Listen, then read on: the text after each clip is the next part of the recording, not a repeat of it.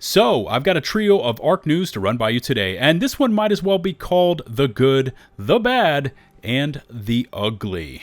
We've got an Ark Survival Ascended creature vote ongoing, doubts about the future of ASA, and Ark's publisher, Snail Games, is back in the news and in deep doo-doo again. At this point, I've lost track of how many times this makes. Ever since that Ark Survival Ascended announcement, Snail and Wildcard have been drowning in bad press. What's this all about? Well, stand by for all the latest, and that last topic is gonna get spicy.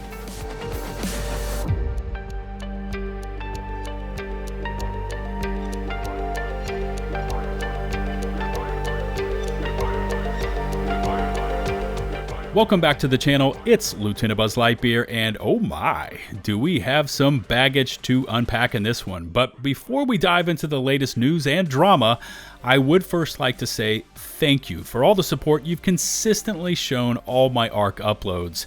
Hod warned me that the Ark community welcomed gamers of all shapes and sizes, and he did not lie. If you haven't yet hit subscribe, it really helps out the channel, and while you're at it, ring the notifications bell to receive my latest Ark upload. Alright, intro out of the way, and away we go. And I guess we're going to call this segment of the video The Good. And the Ark Survival Ascended Ragnarok creature vote is in full effect.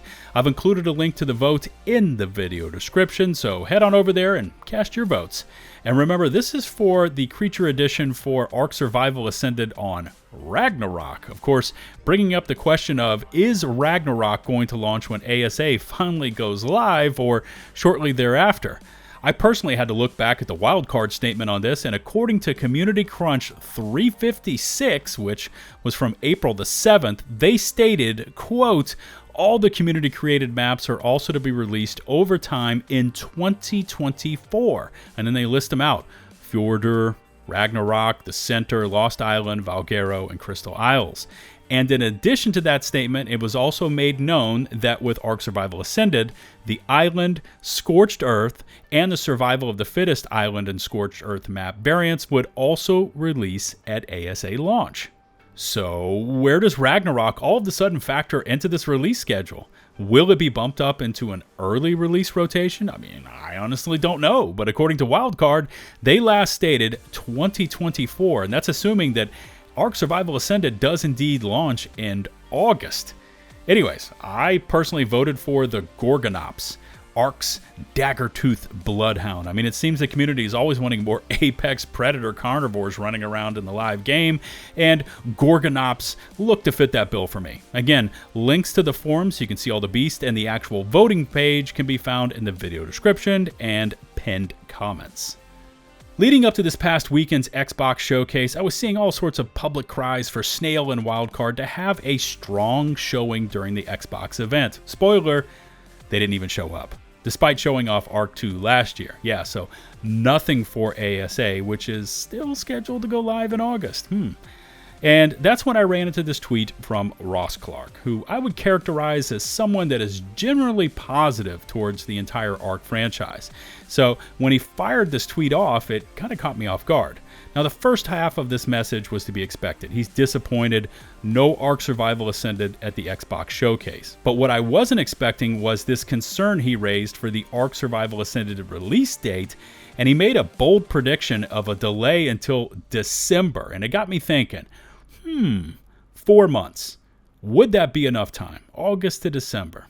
Maybe, perhaps, who knows? I mean, I would need to look over the game release calendar for the rest of the year, as I'm starting to see that decisions with Ark are in large part, I mean, who are we kidding? They're entirely due to based on what will yield the most financial returns. The only title I know that is dropping in December is the new Avatar game, which, looking over the similarities between Avatar and Ark, I mean, that might not be the best move. So I'm going to make a bold prediction myself, and I'm going to call the delay at either November, so ASA can compete against the delay before, sorry for the chuckle, or even a more barren release month would be January 2024, where Ark Survival Ascended would basically launch unchallenged. Will Ross Clark's theory play out? Does he have insider information? How close will he be to the actual delay date? I mean, we're not going to have to wait long to find out. All right, we've made it up to the main event, and I feel like I should just be shouting this one out like that famous boxing ring announcer Michael Buffer, which, by the way, at this time of night is not going to happen, so use your imagination. So, it seems that Snail and the T-Tribe band is back in the spotlight, baby, this time by Jake Lucky. Now, when I ran into his announcement over on Twitter, and by the way, I had no prior knowledge about Jake Lucky or just how many damn followers this man has over on Twitter. I mean, that's sheer madness. Anyways, Jake got hold of that entire topic, conducted an actual interview with XFIBO, noted Ark PvP content creator and one of the 90-plus Island Boys tribe members that was unfairly banned during their legit fob on the T-Tribe base. If you follow Ark, you should know all about this, and I've covered it many times here on the channel, and Jake kind of lays it all out there. And the sticking points don't add up well for Snail again. Corruption, unfair bans, bad men's gone wild, you name it, the list goes on, along with absolute and complete silence, dare we call it complicit behavior from Wildcard when it comes to this entire fiasco. Jake covers some of the main points, not all of them, and I would actually direct you to other channels for an intensive deep dive, including both XFIBO, who was interviewed for the video, and of course over on Hod's channel. But Jake does a great job of, again, shining a spotlight on what level of corruption this amounts to and for just how long Snail has been doing this to their own community.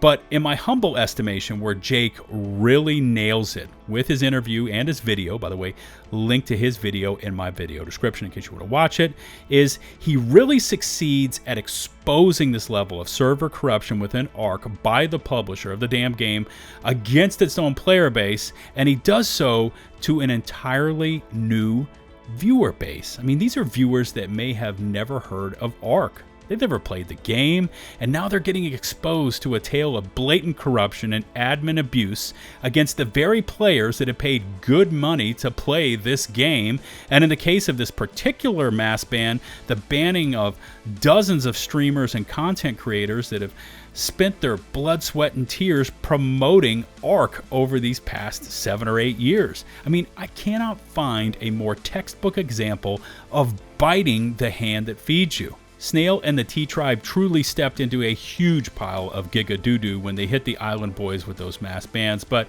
let's be brutally honest here, they probably did not know or even care about who was in that tribe and raiding party.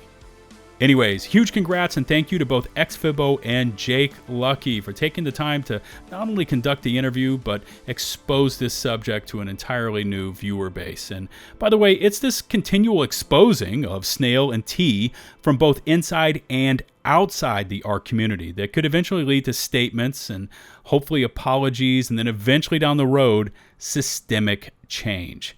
Now, as always, leave me your feedback about any of the Ark topics presented in today's upload, and I welcome your comments. Remember to smash that sub button and ring the notifications bell to receive my latest Ark upload alerts. If you could also take a few seconds more and rate and or share this video, that would be greatly appreciated. Remember, you can find and follow me on Twitch, Twitter, and over in my open community Discord server, links to all of which can be found in the video description and pinned comments below. A huge thanks to the over 123,000 of you that have taken the leap and hit subscribe, and as always, another thank you goes out to my patrons over on Patreon. Until the next one, this is LtBuzzLitebeer, signing off.